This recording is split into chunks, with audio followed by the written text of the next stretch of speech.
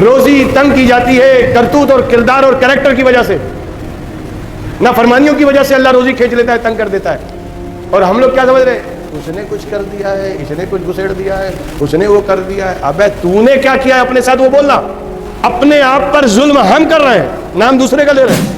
وہ طرف دھیان شیطان جانے بھی نہیں دے گا، وہ ہمیشہ دوسرے میں لگا دے گا. اگر اپنے ہی طرف دھیان جائے گا، توبہ کرے گا، روئے گا، گڑ گڑائے گا، اللہ کی بارگاہ میں دعا کرے گا، اللہ اس پہ کرم فرمائے گا، ڈبل عطا فرمائے گا. اس طرف جانے ہی نہیں دیتا، دوسرے کی طرف دکھاتا ہے.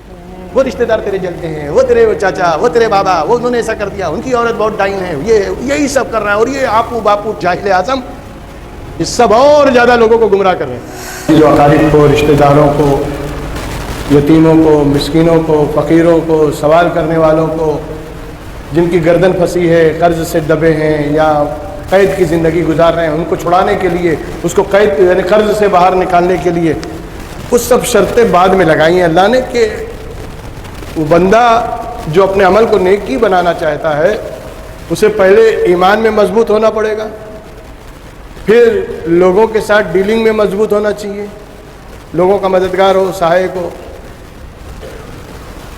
اور پھر اقام الصلاۃ وآتى الزکاۃ، اور نماز ادا کرنے والا ہو، زکوٰۃ دینے والا ہو. یہ تیسرے نمبر پہ آیا. اور پھر کچھ پرسنل ذاتی خوبیاں ہونی چاہیے کہ مصیبت میں گھبرانے والا نہ ہو، تنگ دستی میں ہاتھ پیر مارنے والا نہ ہو. والصابرین فی البأساء والضراء وحین الباس. اگر حالات بگڑ جائیں، ماحول بگڑ جائے،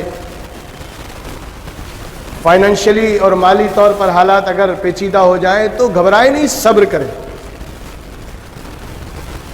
اور وعدہ وفا کرنے والا ہو، جس سے وعدہ کرے اس کے وعدے کو پورا کرے. جب یہ ساری خوبیاں اس کے اندر ہوں گی، اس کو قرآن سرٹیفکیٹ دیتا ہے، اللہ کی طرف سے یہ تمغہ دیا جا رہا ہے، اولئک الذین صدقوا واولئک هم المتقون. یہی لوگ سچے ہیں اور یہی لوگ متقی پرہیزگار ہیں. جو ایمان والے ہوں، معاملات میں اچھے ہوں، رشتہ داروں کا خیال رکھتے ہوں، غریبوں، یتیموں، فقیروں، مسکینوں، سب کا لحاظ کرنے والے ہوں، سب کی مدد کرنے والے ہوں، سب کے سہایک ہوں، اور پھر نماز اور زکوٰۃ کے ادا کرنے والے ہوں، اور ذاتی معاملات میں بھی صابر ہوں، صبر کرنے والے ہوں، اللہ کا شکوہ کرنے والے نہیں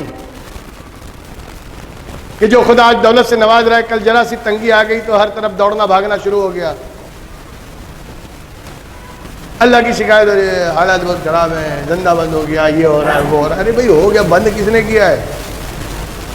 جس نے کھولا تھا وہی بند کرنے والا ہے. اور بند کیوں ہوتا ہے؟ حالات تنگ کیوں ہوتے ہیں؟ حالات سمٹتے کیوں ہیں؟ پھیلانے والا بھی وہی ہے، سمیٹنے والا بھی وہی ہے. لیکن حالات تنگی، چاہے وہ مالی ہو یا حالات سے ہو، جو تنگی اور پریشانیاں آتی ہیں وہ ہماری اپنے ہاتھوں کی کمائی کا نتیجہ ہے. ہم نے اللہ کی اس امانت میں خیانتیں کی، ہم نے اللہ کی اس دی ہوئی دولت میں جس کا حق لگتا تھا نہیں پہنچایا، خود ہی کھا گئے. قدرت چھوڑے گی نہیں، کہیں سے بھی گھما کے نکال لے گی. روزی تنگ ہوتی ہے گناہوں کی وجہ سے، روزی تنگ کی جاتی ہے کرتوت اور کردار اور کریکٹر کی وجہ سے، نافرمانیوں کی وجہ سے اللہ روزی کھینچ لیتا ہے، تنگ کر دیتا ہے. اور ہم لوگ کیا سمجھ رہے ہیں؟ اس نے کچھ کر دیا ہے، اس نے کچھ گھسیڑ دیا ہے، اس نے وہ کر دیا ہے. ابے تو نے کیا کیا ہے اپنے ساتھ وہ بولنا. اپنے آپ پر ظلم ہم کر رہے ہیں، نام دوسرے کا لے رہے ہیں. میں یہ نہیں بولتا کہ نہیں ہوتا، کرنے والے بدماش شیطان بھی اس دنیا میں ہیں، جنہوں نے نبیوں پیغمبروں کو نہیں چھوڑا ہے، جادو کیا ہے، غریب نواز پہ جادو کیا ہے، بزرگوں پہ جادو کیا ہے. تو ہم اور آپ کون سی کھیت کی مولی ہیں؟ لیکن اگر ہم اللہ کے سچے بندے بن جائیں تو کیا غریب نواز کا کیا بگاڑ دیا جادوگروں نے؟ مخدوم سمنا کا جادوگروں سے مقابلہ ہوا تھا، اور جب مقابلہ ہوا تو حضرت مخدوم سمنا نے اپنے خادم کو بلایا، اور بلانے کے بعد کہا یہ میرا پان کھاؤ، جاؤ مقابلہ کرو. وہ خادم بولا حضرت میں کیا، میرے کو تو کچھ آتا ہی نہیں، میں ان سے کیسے مقابلہ؟ کہا پان کھا، جا مقابلہ کر.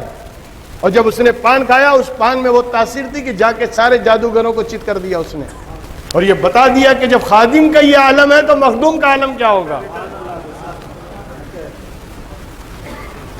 تو اگر ہم پرفیکٹ مسلمان بنے اور سچے مسلمان بن جائے تو کوئی جادوگر